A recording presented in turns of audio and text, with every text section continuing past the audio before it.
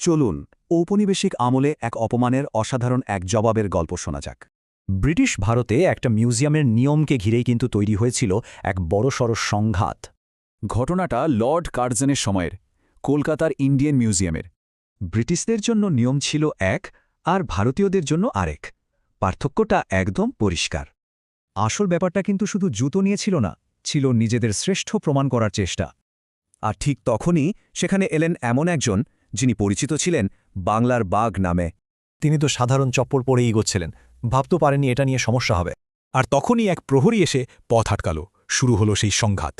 প্রহরী সরাসরি লর্ড কার্জনের নাম করে সেই বৈষম্যমূলক নিয়মটা চাপিয়ে দিতে চাইল।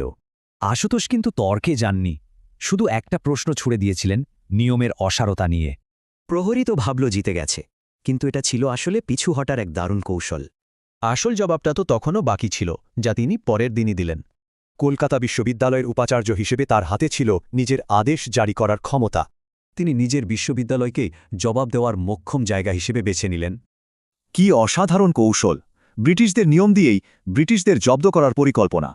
আর এই নতুন নিয়মের ধাক্কাটা সরাসরি গিয়ে লাগল ব্রিটিশ অফিসারদের গায়ে। বড় বড় ব্রিটিশ অফিসারদের এমন এক নিয়ম মানতে হল, যা তাদের কাছে ছিল চূড়ান্ত অপমানের। সবার চোখের সামনে ক্ষমতার খেলাটা এভাবেই পুরোপুরি উল্টে গিয়েছিল। এটা প্রতিশোধ না ছিল না, ছিল যোগ্য সম্মান আদায় করে নেওয়ার এক বুদ্ধিদীপ্ত লড়াই। এই গল্পটা এটাই দেখায় যে নিয়ম না ভেঙেও নিয়ম দিয়েই অনেক বড় প্রতিবাদ করা যায়।